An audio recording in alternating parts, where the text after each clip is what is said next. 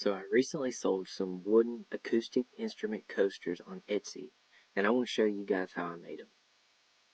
First, I'll start off by opening a brand new xTool Creative Space untitled document.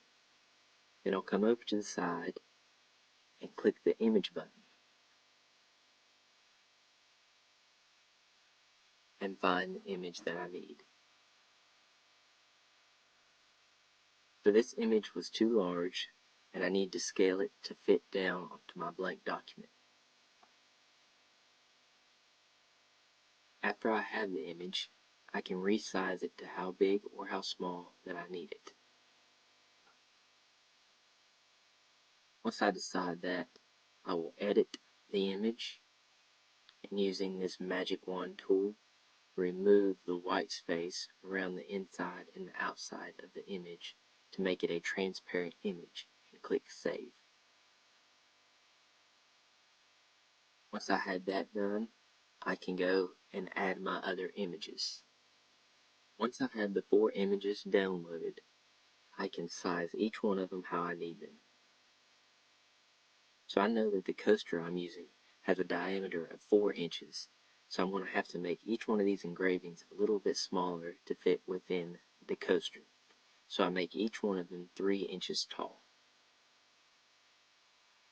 For the guitar, it was a little bit different because the image that I had was originally turned sideways, or like that. So I had to make sure to line it up with the other images so they were all right around the same height. They don't have to be perfect, just very close. And once I do that, I can put each image into a separate canvas so I can easily comb through the images and engrave each one individually. So now I have each different engraving on a different page within the spreadsheet on xTool Creative Space. I also have them organized based on their name so I know which one is which. After I get that done, I need to select the image and figure out the power percentage and the speed, millimeters per second, that I need for each engraving. So I've done a bunch of coasters before, so I know what speed and what power is needed to make a really good engraving that doesn't have burn marks but is also dark enough to see. But this takes a lot of trial and error, so it's always based on what type of wood or any other type of material that you're using. So I know that I'm going to use 80% power, 70% speed, 1 pass, and all the rest of this will stay the same. I also always like to make sure that my xTool is set on engrave. Now I'll do that with the rest of the images.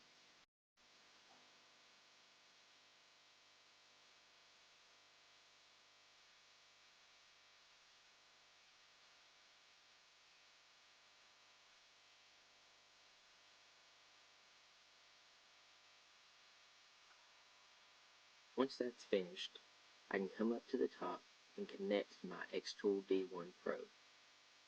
And once that's done, I can begin engraving. So I have the center point of each coaster marked so I know where to start the engraving. Now be sure to frame first so that the engraving is correct every time. I start off with the guitar and then with the mandolin. I have to make sure that the air assist is on before I start engraving to ensure the best and cleanest engraving possible. I just finished the banjo, and lastly, I have the fiddle. Once I have all those completed, I can start staining each coaster.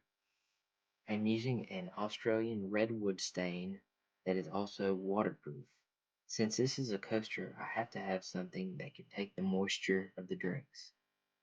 I try to lather each coaster very liberally and then move to the back.